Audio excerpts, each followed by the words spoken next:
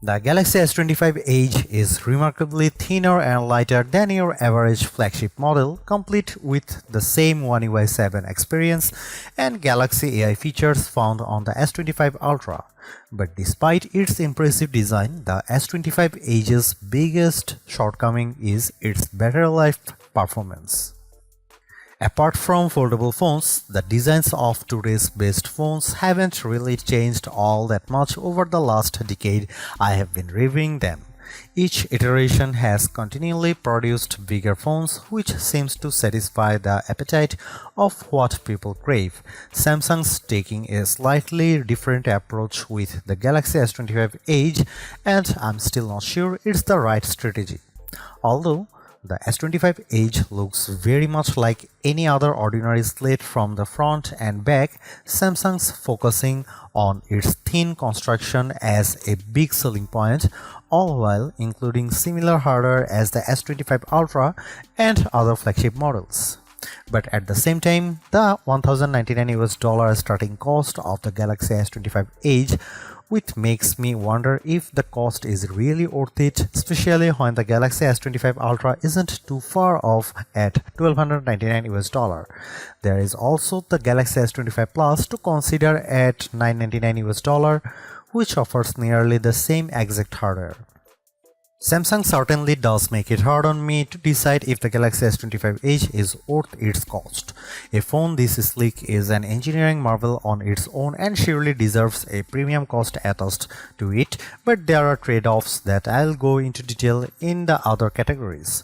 For $1,099, you get a phone with 256GB of storage. Upgrading to 512GB raises the price of $1,219. There are three color options to choose from: titanium silver, titanium jet black, and titanium icy blue. There's a part of me that wishes for a couple of extra choices, especially considering how a phone of this caliber begs to be naked to show off its best asset. Samsung does make an ultra thin case that doesn't add a whole lot of bulk, but it would be nice just to have a couple of extra colors to choose from. The Galaxy S25 Edge is now available globally with up to $630 off in savings with a qualifying trade-in. I am not entirely blown away by this design, but Samsung still deserves some credit on how the Galaxy S25 Edge is significantly thinner and lighter than any phone on the market right now. It's hard to appreciate the Edge's 5.8mm frame unless I put it side by side against a S25 Ultra or iPhone 16 Pro Max. Despite this engineering achievement, there's a part of me that wishes the S25 Edge were thinner. I know it may seem like I am picky, but I just don't get the sense that its thin construction rivals that of the original Motorola Razr from 2004, or how the iPod Nano showed a tremendous size difference compared to the standard iPod. I just don't have the same impression with the Galaxy S25 Edge over other phones today. The underrated part about the S25 Edge's design relates to its lightweight feel, which I think is much more impressive than its thinness.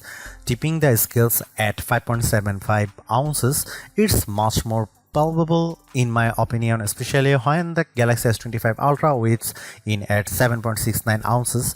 There's almost a 29% weight difference between the two, which is pretty remarkable. However, the Edge is only 15% lighter and 22% thinner than the Galaxy S25 Plus.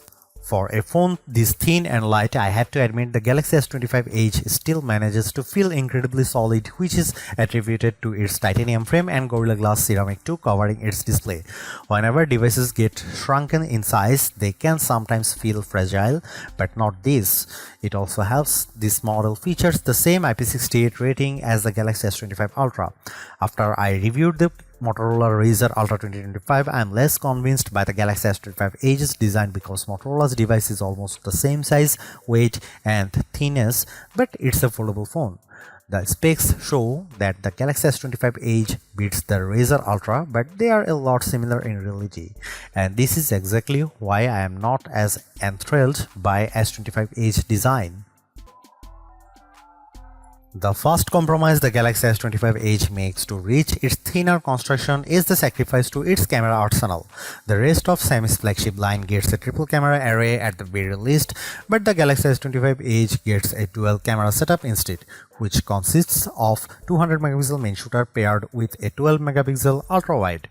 The trade-off here is that the Edge lacks a dedicated telephoto camera, which leaves all the zooming to its main camera. Even though the camera and lenses protrude much further out from the rest of the phone, I'm not terribly bothered by that, but there's a fair amount of wobble if you lay the S25 Edge flat and try to type. Samsung doesn't explicitly say it's the same identical 200 megapixel main camera as the Galaxy S25 Ultra, but the Edge is inherently at a disadvantage because all other S25 models are backed by optical zoom cameras. Around the front, there's a 12 megapixel selfie camera with a pinhole cutout for it. Here are some camera samples of the Samsung Galaxy S25 Edge.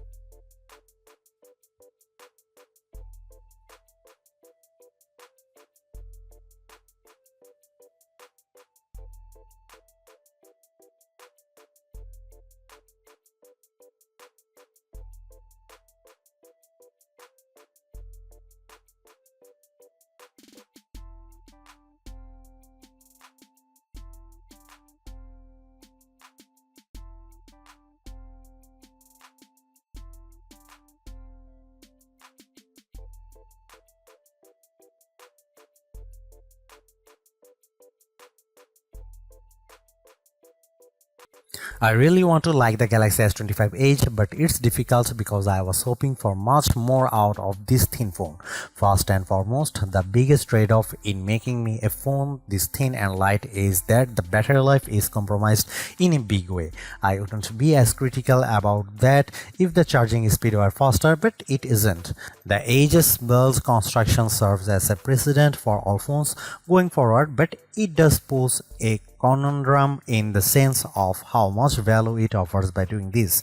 Again, I have to point out the Galaxy S25 Plus and its $999 cost. That's $100 less than the S25 Edge, but the S25 Plus still offers a thin and light design of its own, along with a dedicated telephoto camera, a larger battery that lasts much longer, and a faster 45-watt charging speed. At the same time, I have to include flip-style phones like the Motorola Razr Ultra 2025 into the conversation because it too has a thin design. Sure, it's more expensive at $1,299, but it has double the storage capacity, longer battery life, and a distinct advantage of being a foldable phone. For me, it offers more utility than the Galaxy S25 Edge thanks to its foldable design and outer screen. And finally, there's the Samsung Galaxy S25 Ultra at $200 more than the Galaxy S25 Edge. You will have to deal with a thicker and heavier phone, but I think those concessions are well worth it because of how the Ultra has better zooming capabilities with its camera's outstanding battery life, faster charging, and the extra utility of the S Pen. Plus, it has a larger screen to round it out. I think I would be more impressed in the Galaxy S25 Edge if Samsung made it even thinner while also shrinking down the size of the phone, but still packing the same chipset and cameras. Samsung's lineup is already dominated by several phones with a 6-inch displays, but it would have been different if there was another small phone option. The Galaxy S25 Edge is an okay start to this trend, but its successor is going to need to do a lot more to really differentiate itself from the pack.